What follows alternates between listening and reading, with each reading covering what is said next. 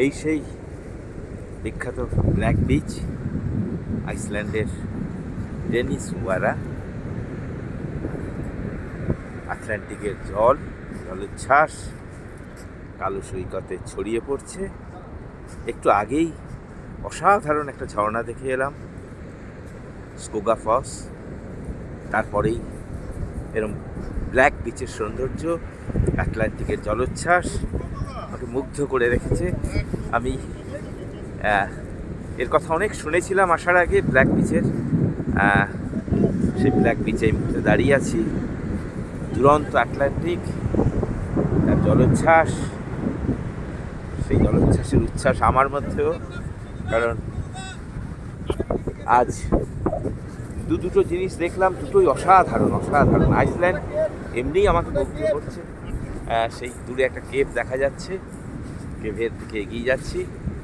আসার আগে যতটুকু জেনেছিলাম ব্ল্যাক বিচ নিয়ে, আসার পর সেই কালো বিচ দেখার যে সৈকত দেখার যে আনন্দ, আমি সেটা উপভোগ করছি। এরমভাবে আটলান্টিকের জল, সাদা ফেনাগুলো কালো সৈকতে আলপনা এঁকে দিচ্ছে যেন। অসাধারণ অসাধারণ অসাধারণ সুন্দর রোদ উঠেছে এই মুহূর্তে। প্রচুর পর্যটক নানানভাবে তার আনন্দ করছে। তাদের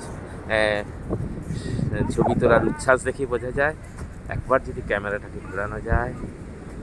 আজকে ওয়েদারও খুব ভালো পেয়ে গেছি, সুন্দর রোদ উঠেছে। আটলান্টিক মহানন্দে লাফাচ্ছে যেন।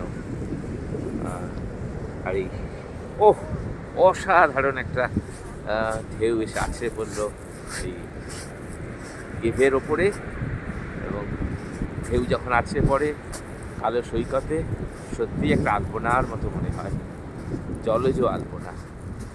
আমি অসম্ভব অসম্ভব গর্জন, দেখার মতো সৌন্দর্য।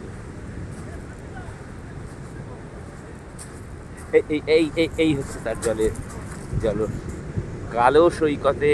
এই প্রথম আমি কালো সৈকত এরকম দেখলাম। কালো মানে সত্যিই কালো, একেবারে ব্ল্যাক বিচ।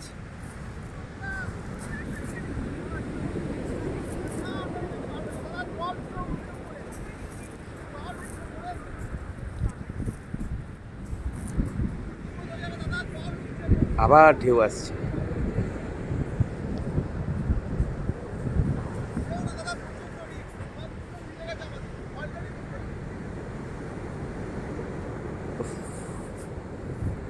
আরেকবার আমি ক্যামেরাটাকে ঘুরিয়ে নিচ্ছি।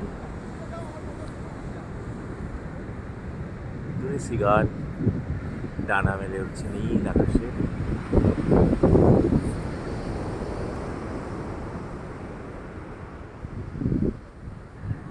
এই পাহাড়ের গুহা, তার পাশে আটলান্টিক, প্রবল জলোচ্ছ্বাস আরেকবার আসছে। কালো সৈকত সব নিয়ে স্মৃতির কৌটোয় ঢুকিয়ে রাখলাম।